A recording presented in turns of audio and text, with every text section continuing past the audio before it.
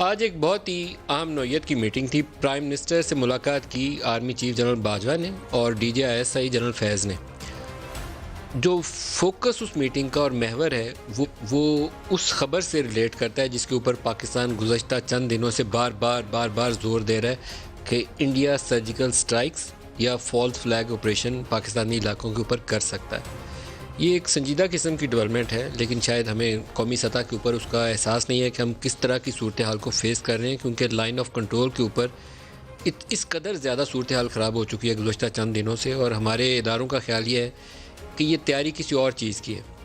پہلے ایک دفعہ ان کو مار پیٹی تھی، ہزیمت اٹھانی پڑی تھی بالا کوٹ کے اوپر، انہوں نے آ کے 2 میزائل داغے، ایک پہاڑی کے اوپر گرے، اور اس کے جواب میں ان کا طیارہ بھی پاکستانی علاقے کے اوپر آ کے گرا۔ پاکستان نے ان کے 2 جہازوں کو مار کرایا، ان کا پائلٹ ابھینندن گرفتار ہوا، جسے پاکستان نے as a good gesture, as a peace gesture اس کو چھوڑ دیا، لیکن وہاں پر سبق سیکھا نہیں ہے، کیونکہ جتنی ابتری ان کے گھر کے اندر ہے، شاید اس کا حل ایک ہی ہوتا ہے کہ وہ اپنے عوام کا رخ جو جذبات کا ہے کسی اور طرف موڑیں، اور پاکستانی علاقوں کے اوپر حملہ یا کوئی ایسی کارروائی کر کے تو بتائیں، دیکھیں کہ ہم نے پاکستان کے اوپر یہ کام کر دیا۔ صورتحال دوبارہ ویسے ہی ہے، اور پاکستانی قوم کے اوپر 100 چیزوں کے اوپر سیاسی اختلاف ہوگا، لیکن شاید پوری قوم ایک ایشو کے اوپر، اگر پوری قوم اپنی جان قربان کرنے کے لیے تیار ہوگی تو وہ انڈیا والا ایشو، اس کے اوپر نہ 2 رائے ہے، نہ دوسری سوچ ہے، سیکنڈ تھاٹس قریب سے بھی نہیں آئی ہیں۔ تو اگر کوئی ایسی غلطی کرے گا تو فوج نے تو اپنی ذمہ داری ادا کرنی ہے، سرحدوں کا دفاع کرنا ہے، پوری قوم بھی ساتھ پیچھے کھڑی ہوگی، شاید ان کے آگے کھڑی ہوگی اس کام کے لیے۔ اس پہ کوئی بالکل ان ویورنگ ہے پوری پاکستانی قوم۔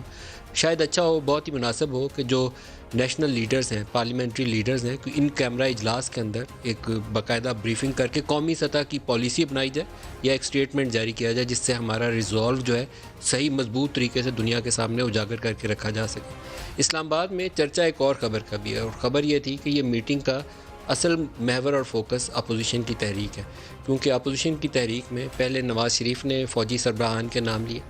پھر مولانا فاضل الرحمان اور دیگر لوگوں نے اشاروں کنایوں میں تذکرہ کرنا شروع کیا، اور آج غفور حیدری صاحب نے پریس کانفرنس کی اور انہوں نے بھی براہ راست نام لیا۔ یہ معاملہ آگے آگے چلے گا تو ایسی ایک سیاسی ابتری یا کیفیت، افراتفری والی کیفیت ہوگی جس میں کسی کے مفاد میں کچھ بھی نہیں جائے گا۔ سیاسی قوت کو اپنی سیاسی تحریک چلانے کا پورا حق ہے، اور اس کو لوگوں کو موبلائز بھی کرنا چاہیے اگر حالات اجازت دیں۔ آج کل کرونا کی سچویشن میں بالکل موبلائزیشن نہیں کرنی چاہیے۔ حکومت کے خلاف جلد سے جلوس یا آوازیں، تقریریں، پریس کانفرنس، بیانات دینا اور اس کے غلط کاموں کے اوپر پریشر بڑھانا، دباؤ بڑھانا، جیسے مہنگائی ہے، بے روزگاری ہے، بالکل مناسب طریقہ کار ہوتا ہے، لیکن افراتفری یا فساد والی کیفیت کسی کے مفاد میں نہیں جاتی۔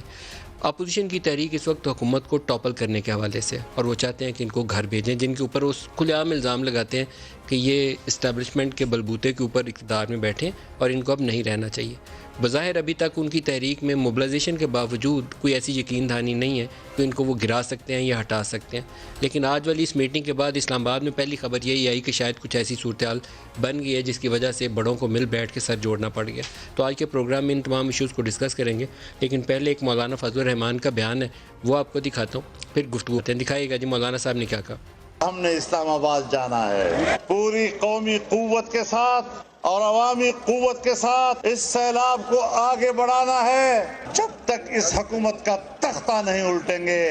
اس وقت تک ہم چین سے نہیں بیٹھیں گے۔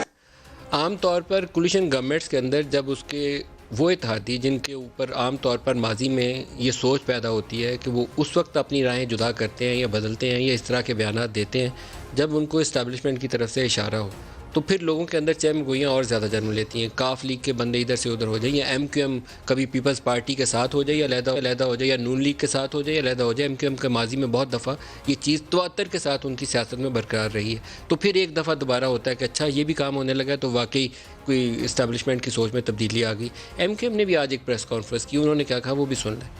ایم کیو ایم سے تمام تر وعدوں کے باوجود آپ نے ہم سے کیے ہوئے ایک بھی نقطے پر